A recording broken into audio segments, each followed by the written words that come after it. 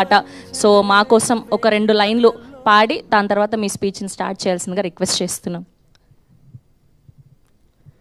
చిరునవ్వులో నీ చిరునవ్వులో చిరాయువై నేనున్నా, కనుపాపలో నీ కనుపాపలో కలై సేద తీరనా, సెలవు కాదిది ఓ స్నేహమా, కొలువు నీ ఎదలో వీడుకోలని అనుకోకుమా, విలీనమే నీలో. 3 గంటల సినిమా చూసిన తర్వాత నా కలం నుంచి జాలువారిన 3 స్టాంజాలు ఇవి. సినిమా నిడివి సరిపోక చివరి చరణం పెట్టలేదు. ఈ సినిమా సారాంశం అంతా ఆ చరణంలో పొందుపరచడం జరిగిందనమాట. నీ చేరువలో నేను ఉండడమా, నిన్ను సంతోషంగా ఉంచడమా, ఈ రెండిటిలో ఏది ప్రేమ, ఏది నిజమైన ప్రేమ అనే ప్రశ్నకి ప్రకృతి బదులిది. అదే ఆదేశంగా తలచి నడుచుకోలేమా. చివరికి ఎవరైనా నిజం ఒప్పుకోవాల్సిందే. ఆ నిజాన్ని ఎంత హుందాగా అంగీకరించి ఎంత ఉన్నతమైన జీవితం గడపగలిగామనేదే ఈ సినిమా ఇచ్చే ప్రేమ సారం. ఆ సారాంశాన్ని ఇందులో పొందుపరచడం జరిగింది. చాలాసార్లు మిలియన్ల కోసమో అవార్డుల కోసమో పాటలు రాస్తూ ఉంటాం. ఈ సినిమాకి మాత్రం సినిమా కోసమే పాటలు రాసా.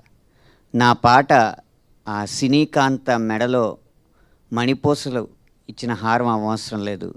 ఆ సినిమా వెన్నుపాములో వెన్నుపూసల్లా ఉంటే పాటలు చాలా అనుకున్నాను.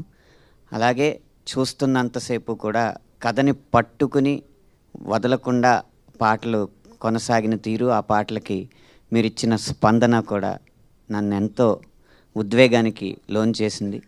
ఎలా అయితే సినిమా పూర్తయిన తర్వాత మీరంతా బరువెక్కిన గుండెలతో చెమ్మబారిన కళ్ళతో తిరిగి ఇళ్ళకి వెళ్ళారో, మీ స్పందనలు చూస్తూ మా బృందం మొత్తం కూడా అదే భావోద్వేగానికి లోనవుతుంది.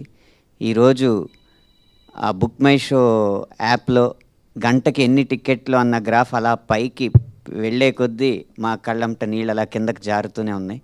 ఇంత మంచి సినిమాని ఆదరించినందుకు మీ అందరికీ శతద కృతజ్ఞతలు తెలియజేసుకుంటున్నా.